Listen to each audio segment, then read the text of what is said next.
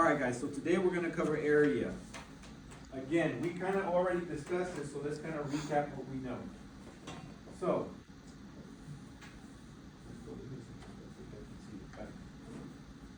if I wanted to know the area of a square, remember the area of a square is what? Is the area of the square the outside or is it what's inside? The outside? The inside, right? It's this part right here, okay?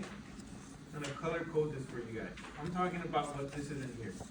A good example is Pancho's dad.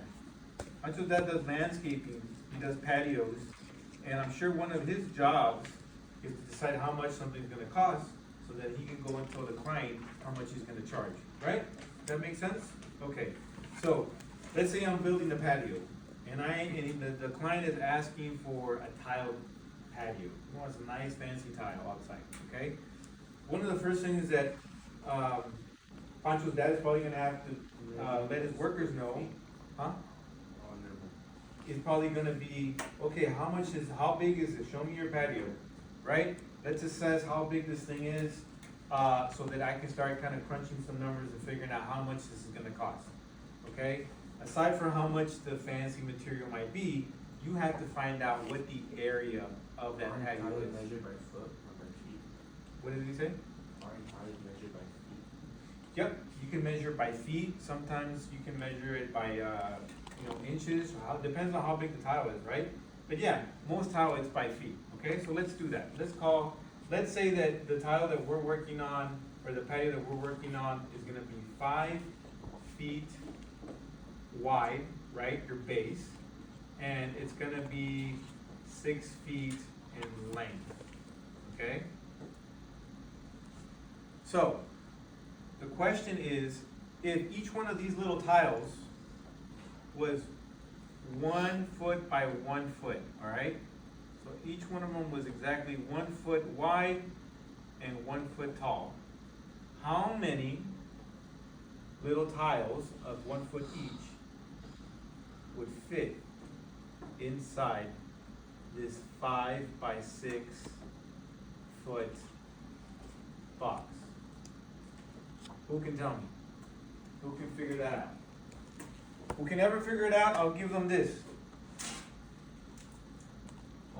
Oh, okay. What is it? You put 5 in the bottom and 6 on the other side. 5 on the bottom, 6 on the other side. Why don't you come up here and show me? What is it that you're trying to do?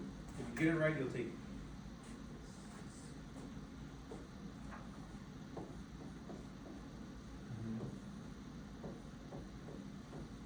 Okay, who thinks he's on the right track? You think he's on the right track? Okay, so what you just described here was what we call the perimeter.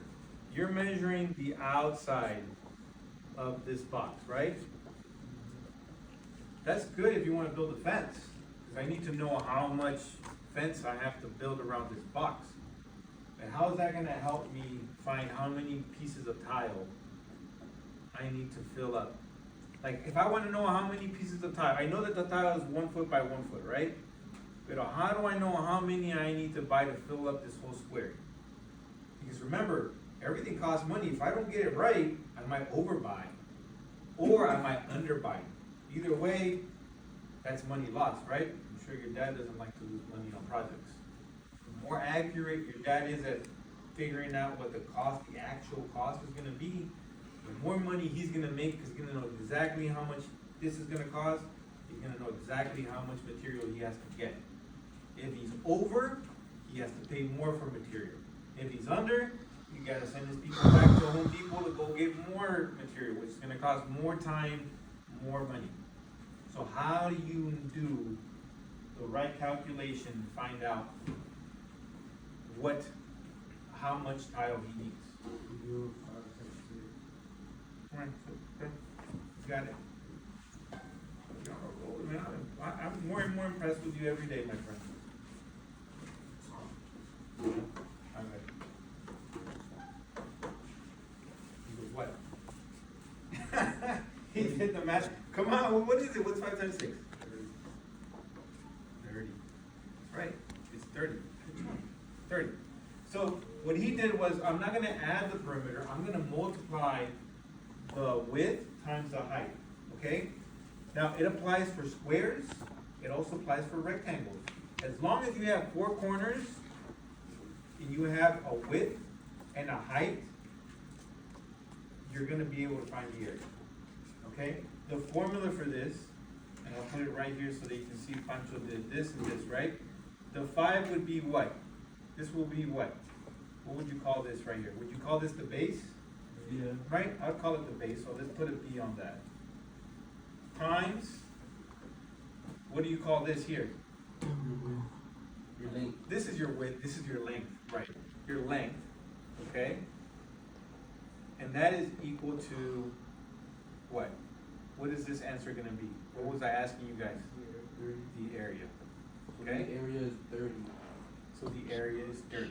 So how would you write this? If you were to write this properly, you would say, You put actually we could do it both ways. 5 times 6 equals 30. 5 times 6 equals 30. Right? Right. I would say this is the formula. And some people on your paper, they write it differently. They say length times width. It's the same thing. I like to use base. Area is your base times your height. Okay? On your paper, under formulas, they use area is length times width. Width is base, length is height. Same stuff. Okay? So like Pancho said, okay, well my base is 5 times my height is 6. And that gave me 30. Okay? What Pancho forgot to include though was, I don't know what you're talking about. If you say 30, 30 what? 30 feet, 30 yards, 30 meters, 30 centimeters, 30 inches, 30 FT. square feet. Feet squared. This little 2 is super important that you guys include in your answers, okay? This all is important, but this little 2 here is really important. Why? Because that lets me know that I'm not just gonna buy you 30 tiles. Well, you're gonna buy, actually no, you're right, you're gonna buy 30 tiles, but each one of these little tiles, each one of these 30, we're talking about a tile that is 1 foot by 1 foot, and you need 30 of those. So that you can fill this whole square up and cover all the area. This represents this here, this little box. It means squared. Just like the word says squared, this is a square. It's a square that's 1 foot width, 1 foot height. And that's how you do your math to find areas. That's why we use that little 2 there. It's more symbolic. Don't confuse this with like a math problem where, you know, put the 2 in and you wanna do 30 times 30. In this situation, once you find your answer, you're just including that so the person is aware that you're talking about in terms of area. Okay? Does that sound good? Okay, yes, question? Sure. Okay, so let's see if you guys can do number 1. And Pancho, you actually figured it out here. No, you don't want to answer. No, you haven't. Okay, so let's see who can figure this out.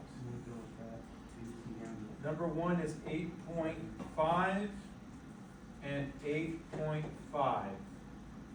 This is a square, so I'm gonna use the area is equal to base times height. Who wants to do this one? Who thinks he can figure this one out? All right, come on up here and figure it out. One? I don't know, I just have calculator.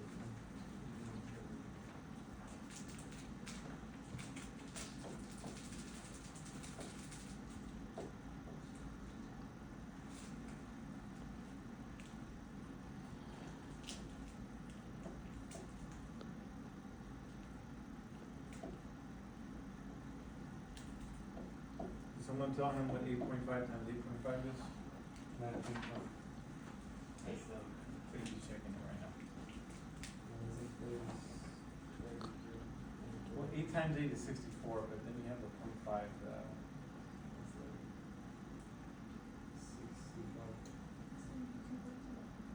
72.25. Write it down. 72.25. 0.25. And then what else do you have to include? Let's say this is in feet. So you're gonna put FT and then the little two right on top of there, okay? When you put it over here, that's fine.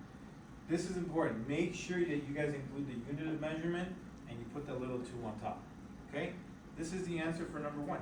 You guys can write that down and we'll go from there. Fernando, how are we doing? Is that still video number one or are we on video number two now? Number 2. We're at number two now? Okay. I'm just making sure. And